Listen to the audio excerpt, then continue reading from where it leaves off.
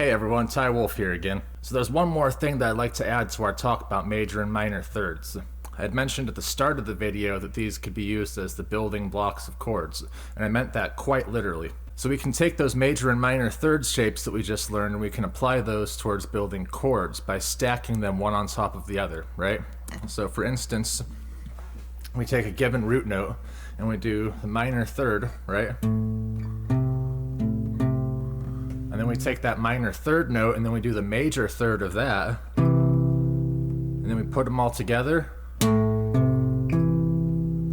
That right there is a minor triad, right? So suppose we did that the other way around. Suppose we took our root note and did a major third off the root note. And then off that major third note, we did a minor third up there, right? How about if we did that? That's our major triad right there. So you can remember those shapes if they're useful to you later, or you can just remember that you stack one interval on top of the other. You do the minor third first to get a minor chord, or you do a major third first to get a major chord. I think that's pretty intuitive and pretty easy to remember. There's two more types of triads that you can do this way as well. They're a lot less commonly used, but they do have their applications. They don't traditionally sound good, but they can sound good if used in the right context. That's going to be another talk for a different time because it gets into some more advanced music theory kind of things. But for now, I'm just going to show you the shapes and what they sound like.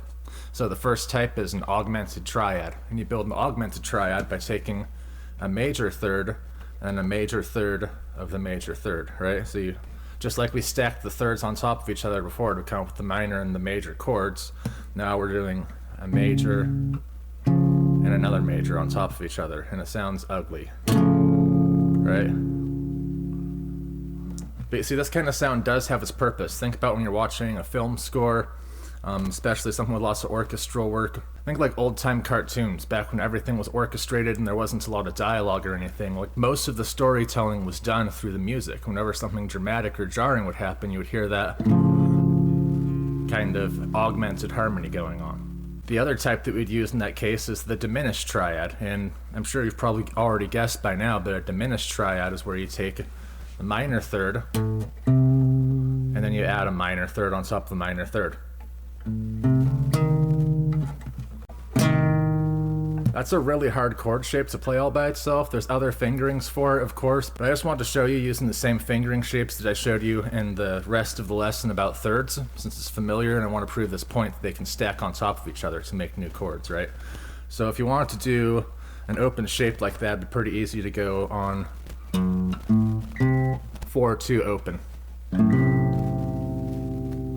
Yeah, and that's your diminished triad right there, and the same thing as the augmented triad. It's not a very pretty chord, but it can be very effective if you use it in the right spot. So that's all I have to say on the matter today, and next lesson on intervals we're going to be talking about major and minor sevenths. So stay tuned for that, and have fun out there.